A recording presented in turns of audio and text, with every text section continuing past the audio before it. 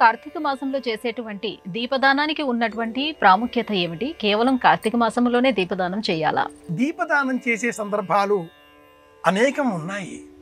చాలామంది అలా దీపదానం అనగానే కార్తీక మాసం అని మనకు సంబోధన చేస్తూ ఉంటారు.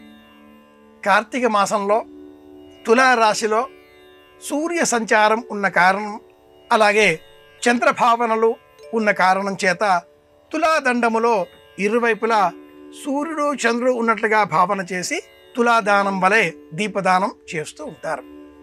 అలాగే ఎవరైనా పరమపదం వేంచేసినప్పుడు 13వ రోజున కూడా షోడశ మహాదానాలలో దీపదానం ఆచరిస్తూ ఉంటారు. గణపతి నవరాత్రులు, వసంత నవరాత్రులు, వారాహి నవరాత్రులు, పలు సందర్భాలలో మనసులో ఉండే సంకల్పాలు నెరవేర్చుకునే నిమిత్తమై దీపదానం చెయ్యాలి అంటుంది సాధనా ప్రపంచం. సత్సంతానం కావాలి, సౌభాగ్యం కావాలి, విదేశీ ప్రయాణాల కల సాకారం కావాలి, స్వగృహ నిర్మాణం శీఘ్రమే పూర్తి కావాలి.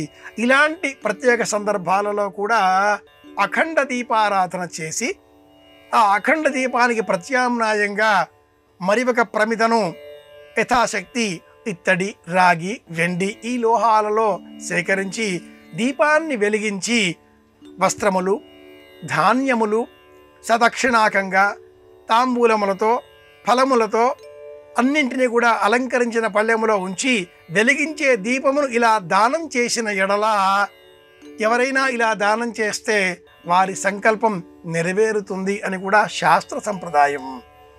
ప్రాణావసాన సందర్భాలలో, ఆసుపత్రులలో ఉండే సమయాలలో కూడా దీపదానాలు చెయ్యాలి.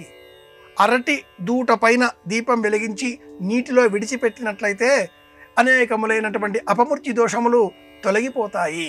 కలకాలం ఆరోగ్యంగా ఆనందంగా ఉండే అవకాశాన్ని ప్రకృతి మనకు అనుగ్రహిస్తుంది.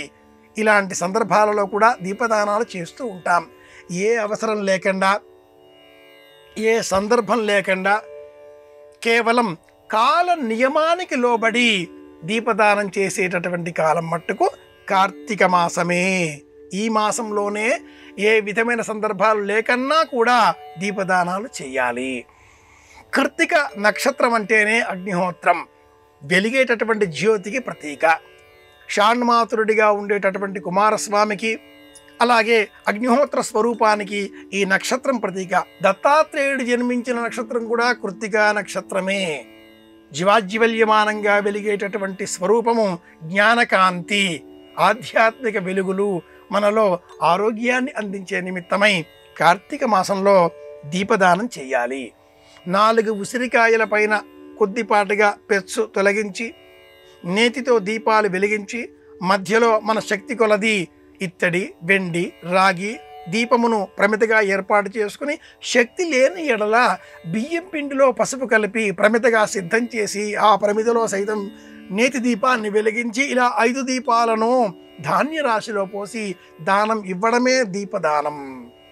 ఇలా చేసినట్లయితే ఈ 5 దీపాల కారణంగా ప్రకృతిలో ఉండేటటువంటి భూమి, నీరు, వెలుగులు, ఆకాశము, తేజస్సు ఇవన్నీ కూడా మనకు ఆరోగ్యాన్ని, ఆనందాన్ని అందిస్తాయి అని ఆ శ్లోక సంచయం వివరించేటటువంటి అంశం.